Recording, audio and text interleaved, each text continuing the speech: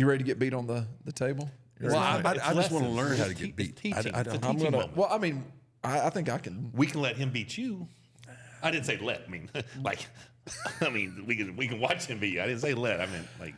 Yeah, we can experience him beating. I will say, I think he's got a little bit more strength these days than I think people realize. Because when he choke slammed The Rock, pretty impressive. So I'm going to ask this anyway. How big is The Rock? Because I feel like we're the same size. Because they say he's taller. He's not 6'5", is he?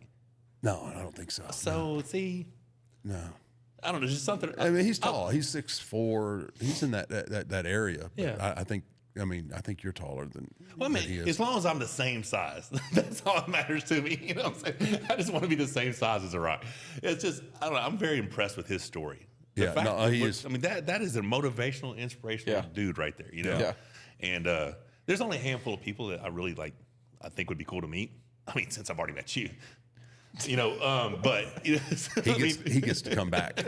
Apparently so. Yeah, but that's just one of them. That's one dude that I'd like to meet, just because he inspires me. You know? Yeah, he's worked really hard. His work ethic looks insane. Yeah, I mean, when you $7 production, I mean, that just from starting at that point, right? Yeah. I mean, it is so funny because I've told, like, when he debuted in Madison Square Garden, and he was Rocky Maivia. I was like, oh, this kid's done. I thought it's over. Yeah, especially in the Garden, right? Right. Where they will flat out just annihilate you right out of the get go, and sometimes you can't recover. And and he's coming out, and he's got the little curly hair back then, and he's telling him to smile. I remember that look. And yeah, and they're just booing the shit out of him, and I was like, oh, this kid ain't long. And it's a shame because he's a legacy too, right? Yeah. Little did I know. I guess I got that one wrong. Yeah. He really, I mean, he was always a student. Like, I mean, he was always like writing stuff down and asking questions, and just, incredible work ethic. Right. And as great as his career is, what he did earlier this year might be one of his better performances, in the sense of what he did for the company coming back, and the whole he could cut. I mean, it was people started watching wrestling again that hadn't watched in years because of what he did earlier this year leading into WrestleMania. Yeah. Yeah, he put eyes on the product that hadn't been on the product in a while. Yeah.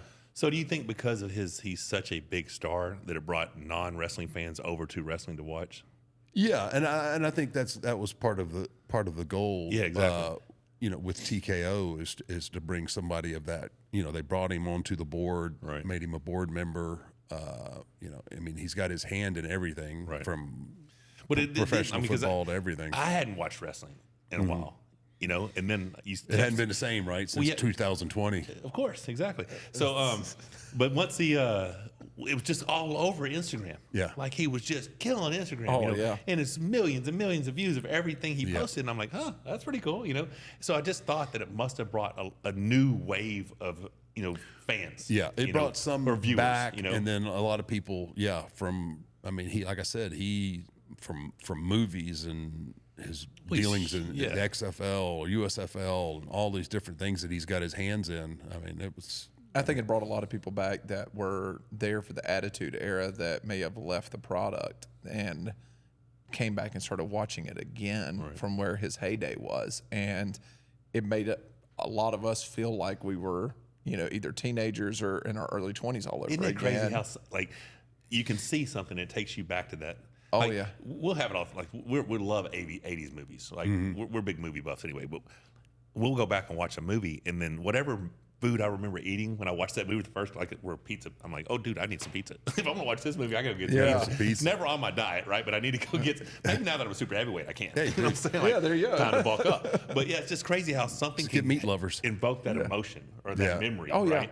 And, I mean, it's a lot like and that. wrestling, I think, does that. I mean, in wrestling, first of all, you get to check out of the reality of what's going on in this world right now, and you get to focus on something that's just fun. Right. And it takes me back to being on that living room floor, Dude. and watching it. And of course, whoever I wanted to win, my dad's pulling for the other guy and my brother's pulling for whoever, but and everybody has their guy, right? And that's just fun. And it takes you back to those moments. And that's what I love about it. Well, you just talking about the living room floor. The amount of DDTs and suplexes and stuff that I've done on people on the couch cushions in the floor in my living room when I was a kid. I mean, I think we did every move ever done right there in that living room floor, right? How we're still alive today. You didn't watch the PSAs that we did, the public service announcements. It says, don't do this at home. I think it was my top rope. I think was like something off the top. I mean, we did it all. I mean, I honestly remember jumping off the house on top of somebody because I saw it on wrestling. Oh, I broke my collarbone for the first time. Jimmy Fly Snuka. Superfly. And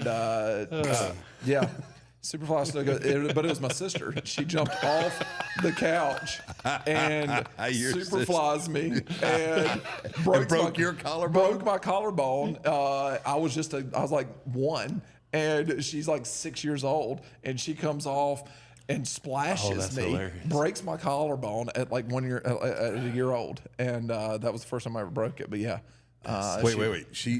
She was 6 and you were 1? Yeah. Yeah, like that's child abuse. Oh, yeah. That's bad stuff right there. Oh, yeah.